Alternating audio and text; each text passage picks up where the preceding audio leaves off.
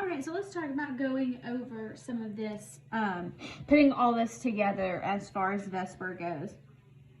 So the first thing we want to do is you just pretty much follow this order in applying this. So SO2, first thing we want to do is we want to draw a Lewis structure.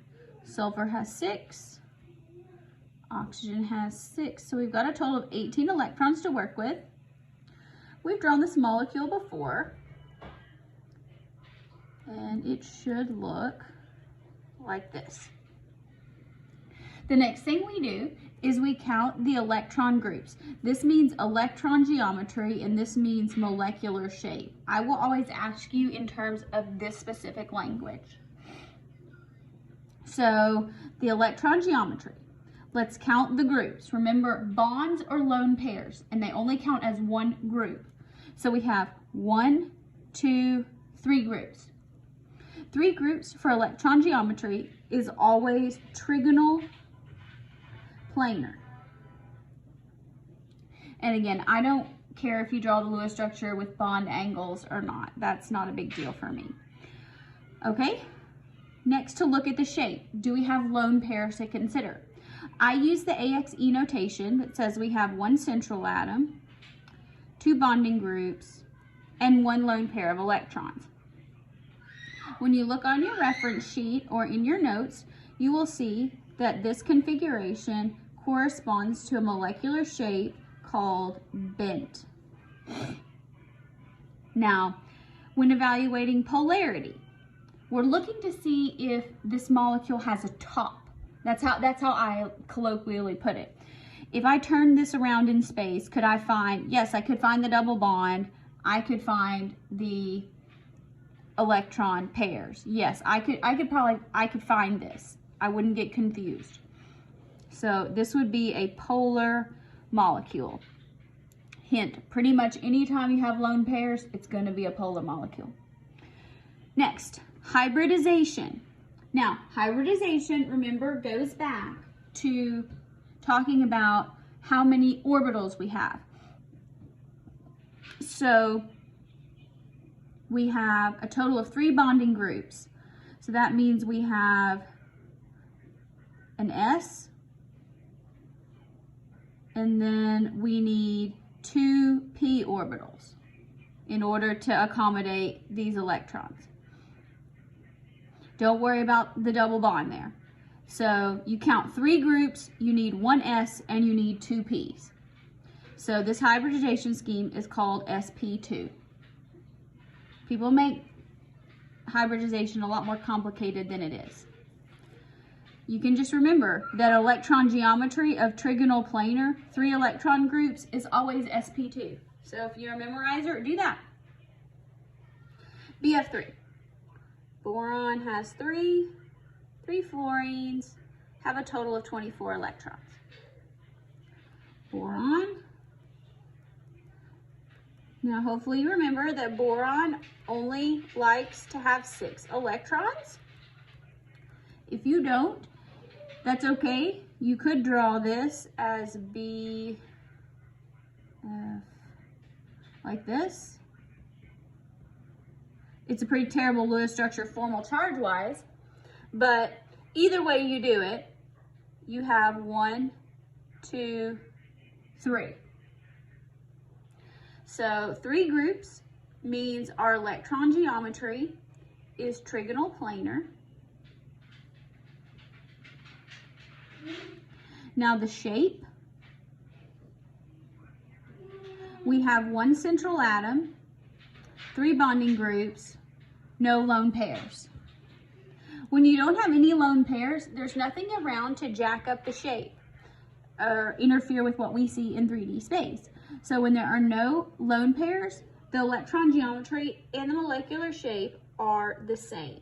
So that's trigonal planar.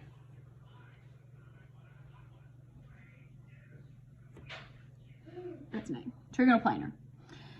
Now, is this molecule polar? What we need to look for is, do we have any lone pairs around the central atom? We don't. Next, is there anything different about this molecule? Not really. All of the attached atoms are fluorine, so we can't look for a hydrogen or anything like that.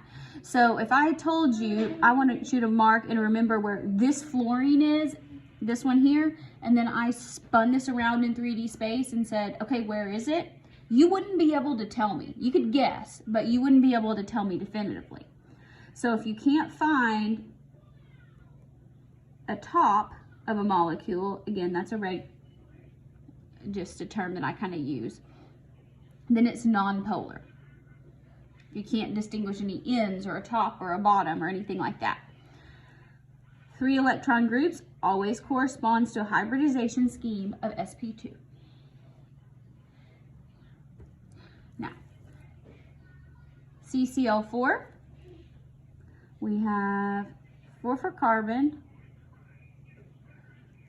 4 times 7, so we got 32 electrons. So that's carbon. Let's connect them all. 10, 12, 14, 16, 18, 20, 22, 24, 26, 28, 30, 32. Great. All right. So how many groups do we have? 1, 2, 3, 4 groups. So 4 groups corresponds to an electron geometry that is tetrahedral. Let's look at the shape. This molecule has 1 central atom, 4 bonds, bonding groups, and no lone pairs. When there aren't any lone pairs, the geometry and the shape are the same. So this is tetrahedral. Again. Looking at polarity. There are no lone pairs around the carbon. All 4 atoms around the carbon are the same. If I said I want you to look at this, find this chlorine that's currently on the left, spun the molecule around, you would only be able to guess which one it is. So this would be non-polar. Because even though these bonds are polar, the angles that they're at cancel each other out. Now, in order to have 4 groups, we need 4 hybrid orbital boxes. Well, we know we can only get 1 box from an S, and we can get 3 boxes from a P, and that gives us enough for 4. So sp3 is what corresponds to 4 electron groups. SF3. Here we have sulfur, which is 6, 3 fluorines, and this is a positive, so we need to subtract 1. So that gives us a total of 26 electrons to work with. Draw the structure. Sulfur, fluorine, fluorine, fluorine. You do not have to draw any resonance with these, so don't worry about doing that. Ideally, you should draw the most correct Lewis structure with the formal charges, but if you're in a hurry, sometimes it doesn't work out that way. Okay, now this is a positive, so let's put it, do the Lewis structure correctly. Okay, this has 1, 2, 3, 4 electron groups. With 4 groups, the electron geometry is always tetrahedral. The shape, this has 1 central atom, 3 bonding groups, and 1 lone pair of electrons. So this corresponds to a shape that is called trigonal pyramidal. All right, now it's tetrahedral geometry. We need to accommodate 4 orbitals. We don't need to do that yet. We got to determine polarity. Is this molecule polar? Yes, it is. It is polar because this lone pair is going to stick out like a sore thumb. So you could definitively orient this molecule in 3D space. So this would be a polar molecule. Now, hybridization. Let's go back to that. We have 4 bonding groups, so we need a total of 4 orbitals to deal with. So that's going to be 1s and 3 p's. That gets us to 4. If we needed more, we would go to the D's.